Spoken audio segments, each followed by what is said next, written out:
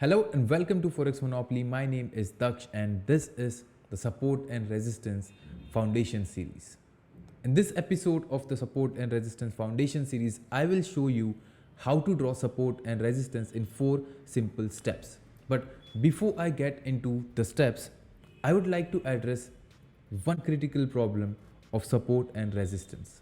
I have seen a lot of traders draw support and resistance as a line, which is not how it should be done. I am sure many of you consider support and resistance levels to be merely lines on a chart. And if you don't, I am sure you started out as a beginner by plotting these levels as simple lines. Now, I don't blame you for this.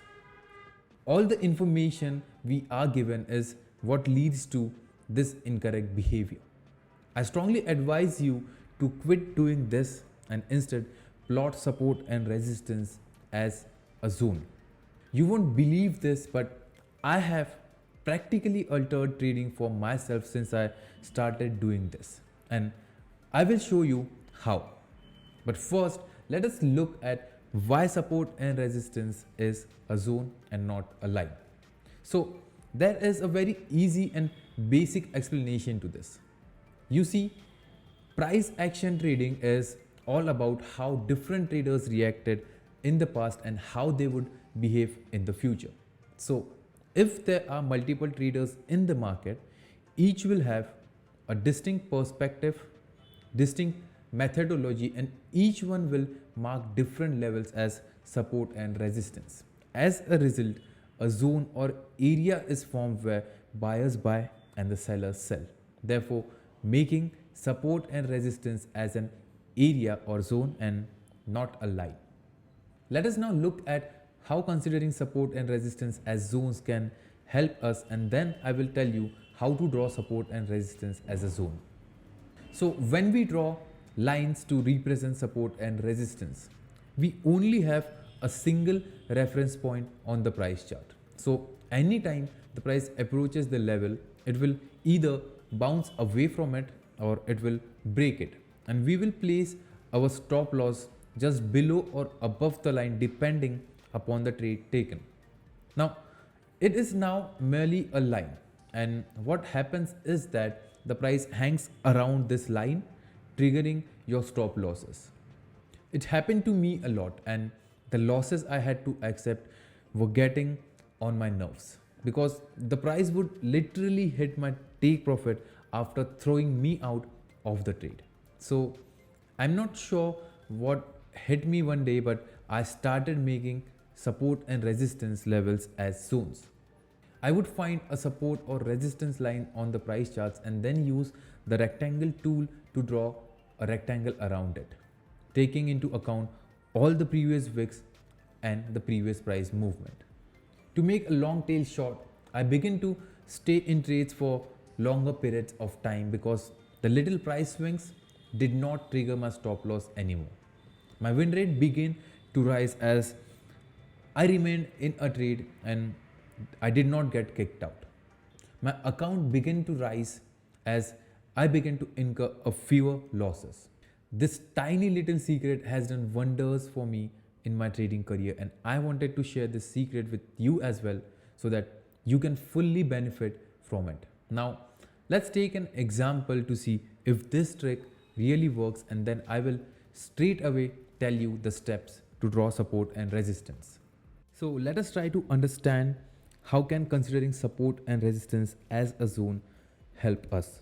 So in this example over here, you can see I have marked 4 different areas or 4 different scenarios. So these are the 4 different scenarios which I want to explain to you. So let us try to understand each one step by step. So at this point, that is A, here the price found the support and bounced from it twice because this is the first bounce and then it again gave a small bounce and then it finally broke past this level and it moved down. So after the price broke past the previous support, which is this level, it moved down and found support and started correcting till this level, and I have marked this as B. So here the price met resistance and then it again dropped down till this point where it again found support, and then it started to move up. So it started to move up and then it moved till this level. So when the price was back at this level, which was the previous resistance from where the price dropped, I took a trade at this point, which is C, using my strategy, but then got stopped out by the price, because you can see the price moved up after hitting the resistance, and then it again met a resistance, and then it dropped down. Then again, after dropping from here, you can see at this point D. At this point, you can see the price approach this resistance level where I got stopped out earlier. So I took an entry over here, but then the same thing happened with me, because the price moved down a little bit and then it moved up and stopped me out and then moved in the direction which I wanted it to move. Now let me show you how drawing a zone helped me. So when I used a rectangle to draw a zone, I considered all the wicks and all of these areas, and then I drew lines to get into a trade. So let us say if I entered at this point, which is this resistance level over here. So now as I am considering this as a zone, I will keep my stop loss a few pips above the zone, which will be over here, somewhere near here. So this time, even if the price moves like it did earlier, these small wicks or these small swings won't stop me out, and I will still be in a trade, hence improving my win rate. So this is how considering support and resistance as a zone helped me improve my trading and be consistently profitable. Now that you understand why support and resistance are zones rather than lines, let's look at how to draw them correctly. But first, if you enjoyed this video, please hit that like button, and also I'm going to add a video on my favorite support and resistance tactics, so make sure you subscribe to this channel so that you don't miss out on those episodes. So the first step to draw support and resistance is to choose a chart of your choice and go to the time frame of your choice. The second step is to try to look for areas to which the price has reacted, or to be more precise, search for regions from where the reversal has happened, which can be a swing high or a swing low. Now what you have to do is mark as many as swing highs or swing lows as you see. The third step is use the rectangle tool from the toolbox and cover as many swing highs or swing lows you have marked. This rectangle region will be your support and resistance, so only cover swings that are in a straight line or nearby a straight line. The fourth step is for taking entries, and if the zone is too big, then try to connect more than 2 points with the horizontal line. And now you have your support and resistance zone plus line ready. Now let us take some more examples of this. Now before we start drawing support and resistance, just keep in mind that when you want to draw a support, always look for swing lows, because support is the level from where the buyers enter or where you buy. And when you are looking for a resistance level, always mark swing highs, because resistance is a level from where you sell. Now let us take a few examples which will give you a clarity of how you need to draw support and resistance levels. So this is gold US dollars for our chart. So the first step is to choose a chart of your choice, which is gold US dollar 4 hour. The next thing which you have to do is look for the areas which the price has reacted to. Like in this chart over here, from this level the price moved down, then it moved up, then it has reacted over here because it has moved till this level. If we zoom in, it moved till this level, then it again moved up, and it is moving around this level. Then over here the price is not able to move down, and then it again moved up, then again finally it came till this level. So you can see these all levels are somewhat near to a straight line. Like if we draw a straight line, these levels are nearby it. So the next step is to take a rectangle tool and then try to cover as many swing lows as possible. So in this case, just let me change the color of it. Okay, so we have covered one swing low, then another swing low, and then another over here. So this level over here is our support area. Now if you wanna find an entry point, you can do that by using a horizontal line from here, and then just try to cover as many as lows as possible. Okay, so in this case, this was first a resistance, then price moved down, then it again moved up, then it is testing it, so that means it is now a support level. So it has tested the support quite a couple of times. So again, now let us take another example.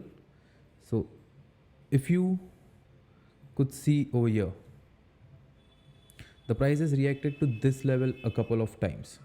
So what we first do is we mark the swing highs, because this time we are finding resistance. After this, take a zone that is a rectangle and then cover all the swing points like this. Now to find entry point, just take this line and then try to mark 2 or 3 wicks with this. So in this case, we are able to cover this wick, this wick, this wick, and then finally this wick.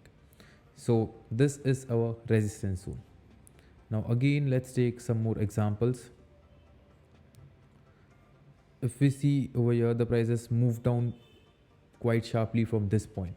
So this is obviously a resistance for us. So this will be a resistance point. Then there is nothing over here, but then the price moved above this, and then it just retested, and it tested this level, which was the previous resistance, so which it is now acting as a support.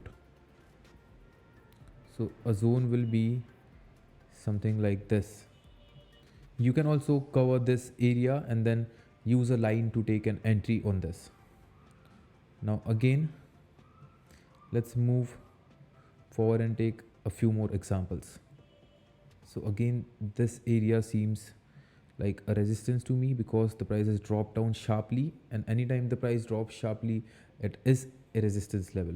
So we will first just mark this 2 with this, and then take a rectangle and then draw it like this, which will be something like this. So this time the price moved down, then again it tested it, but it break past it, then it is now acting as a support, because this was first a resistance which was breached by the price, and now it is acting as a resistance support level. So you can see how it is holding quite good. Then again over here, the price moved down over here from this levels. So this is kind of a minor resistance level.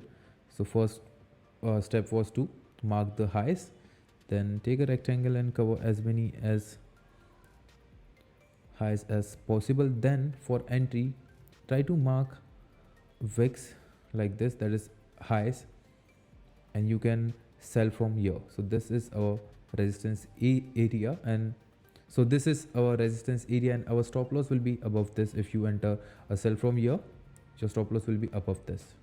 Then this area served quite well over here too, because the price moved up from this point, then it dropped till this level, and then it again moved up.